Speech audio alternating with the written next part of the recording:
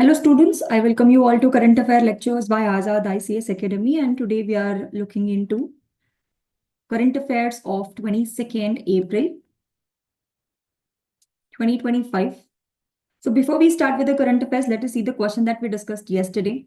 How many days earlier did the first ever severe heat wave occur in 2025 as compared to 2024? So in 2024, if you compare it to 2025, it was 20 days earlier this year that we have experiencing the heat waves. And we have discussed that how heat waves are going to affect people who are working in India, especially the laborers. We have also seen that around 75% of Indian laborers are or employment in India is depending on outside, or the people are working outside. It could be, the road construction workers, etc. And there are a lot of people who are vulnerable to this, such as women, children, etc. And a lot of people can die because if the temperature outside becomes 37 degrees Celsius, which is the temperature of our body, it is also called as body temperature. If these two temperatures become equal, then what happens here is there will be no that balance that can be maintained by the body. And what body will start doing here is it will not be able to control this, and there could be a damage in the kidney. Okay. There could be problems with our liver as well, and also it can cause death. Right? So this is something that we need to understand when it comes to heat waves. Okay. So this is about the topic that we had discussed yesterday and the question that we had discussed yesterday. I hope you have answered this question today. Now, before we start, let us start with what is important today. Okay. Won't directing center to protect Bengal from violence among the judicial insertion, ask Supreme Court. So here it is talking about the violence that is happening in the Bengal violence, that the Supreme Court debates limits of the power in issuing directs on plea. So let us understand what is this all about, okay? The Supreme Court on Monday answered a plea to direct the union government to invoke emergency power and protect the state of, so it is asking to, invoke the emergency power, and it is asking to protect the state of West Bengal from violence, with a question on whether such a measure would amount to a judicial insertion to the domain of executive and legislature. So what is this all about? So see, the Supreme Court is raising the concerns, especially questioning or constitutional question.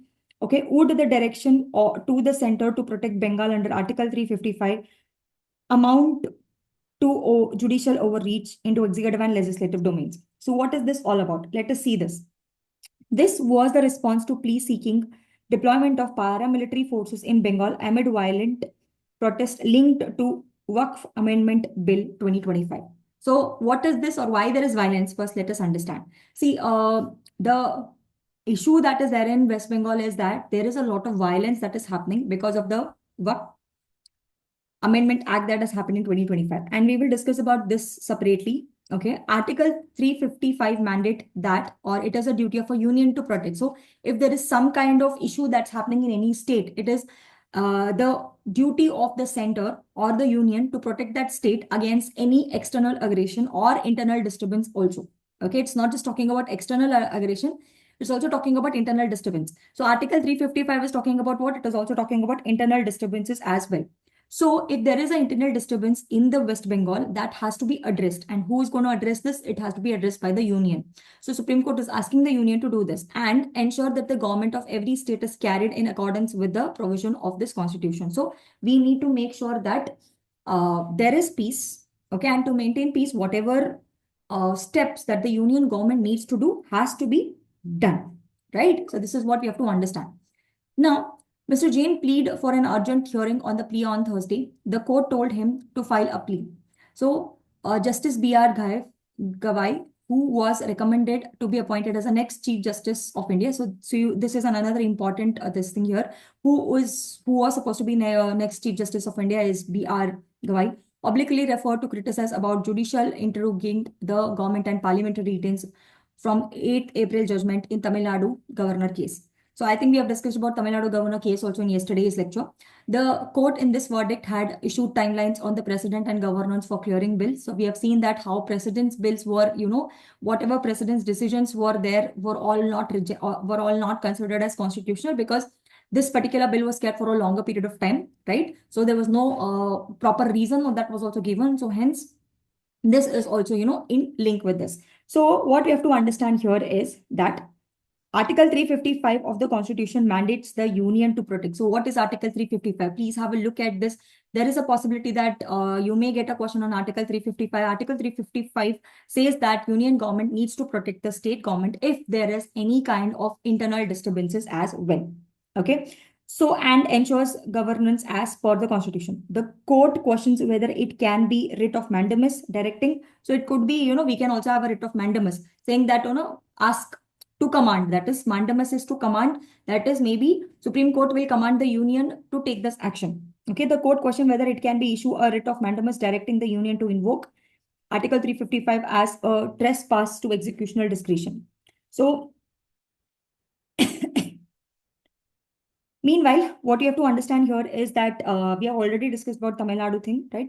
So, meanwhile, the Attorney General permissions were sought to initiate prompt proceedings against the BJP MLA.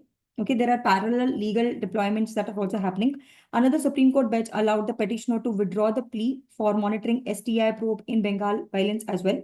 So, what is the highlight of this, or what is the significance that we have to understand from this? Okay, one is Article 355. This is very, very important. That is, union government or union has to take care of the state whenever there is external aggression as well as internal disturbance, right? So internal disturbance is another important topic that becomes here. That is there. Apart from this, what is the significance that we have to draw from this particular article is that highlights the delicate balance between the constitutional role between judicial, executive, and legislature. So you need to understand how legislature, how judiciary, and how executive are supposed to, work together. Invokes core debate on judicial activism and judicial restraint in context of center-state relations.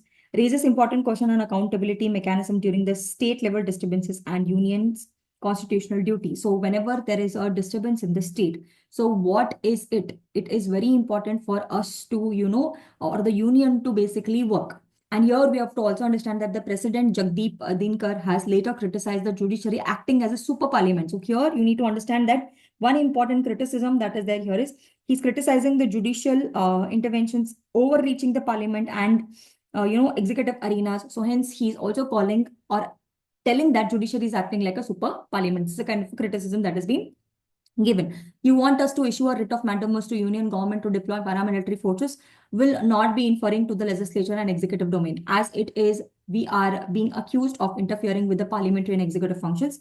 This is what Mr. Gawai remarked to Mr. Jain. So hence we have to understand that you want us to issue a writ of mandamus to the union government to deploy paramilitary forces. This is what the judge is asking, or the Justice Gawai is asking to people, that you want us to, give you mandamus, or you want us to command the. So here it is like judiciary has to command, issue a writ of mandamus. So I hope all of you know Article 332 of Indian Constitution has got 5 writs. Out of that, habeas corpus, second one is mandamus. Mandamus means to command. So the Justice Gawai is asking, that is the judiciary is asking the union government, do you want us to, issue the writ of mandamus so that you can go and, use paramilitary forces in the Bengal to control the violence. This is what is being asked by them, right? So these are the things that is important when it comes to this particular article. Now, next important article that we have is we have been discussing about this article since a long time, right? So a very, very important milestone that we have been reaching, that is nothing but second time the docking process, that is to ISRO satellite dock successfully for the second time. So second time also this kind of docking has been successfully done by our ISRO, and that's very good news for us because it's doing great work. Indian Space Research Organization has successfully executed the second docking of 2 satellites, that is SDX, that is SpaceDex. Okay, it is called SpaceDex, not SpaceDex, it's called SpaceDex. The name of the satellite is SpaceDex. Okay, so hence it is called SDX. The short form is SDX-01, which is the chaser, and SDX-02, which is the target. That has been a part of space docking experiment SpaceX mission. Union Ministry of the State of Science and Technology, Jitendra Singh, has said this on Monday. Okay, so we have to understand that the target. India has become the 4th country. We have to understand that India has become the 4th country. Okay, 4th country to successfully execute the second satellite docking under SpaceX mission. Okay, here after, which is the first country after US, Russia, and China. Okay. US, Russia, and China are the first countries who have been able to do this. And now India has become the fourth country to do this as well and to achieve the space docking system. The mission is to deploy, demonstrate docking, undocking, and power transfer technology. So what is our major mission? We want to check whether they get docked. Docked is nothing but what? There are two satellites. One is the chaser, another is the target. So this is your target, which is called as SDX02. And here this is SDX01. This is going to chase. And this is going to be the target. So this will go, okay, maybe go to this particular thing. Dock means they're going to get connected. This process of connecting is called docking. And similarly, getting separated is called undocking. Okay. And during they are docked together or during they are connected together, what we will do here is maybe we will transfer some amount of power. Let us assume that this is a satellite and this satellite is running out of fuel. Maybe this satellite who is the chaser can go and give power to it. Maybe can transfer some kind of power. So power transfer can be done. So these are the things that we are trying to experiment. So if we are able to do this, then over a period of time, we can make most of our satellites which are not working probably working as well. Right? So this is the reason why we are trying to, develop this kind of a mission. That is, we want to check whether it gets docked. We want to check whether it's going to get undocked. We want to check during the docking process. During the docking process, after, the docking is being done, whether all the technology or the power, not technology, basically power gets transferred from one thing to another thing or no. Glad to inform that the second docking of the satellite has been accomplished successfully as earlier. PSLV 60 C60 and SpaceX mission were successful launch on 30th December 2024. That is when it was being done. Therefore, the satellites have been successfully docked after for the first time on first time it was 16th January at 6:20 a.m. Successfully undocking also happened on March 13th.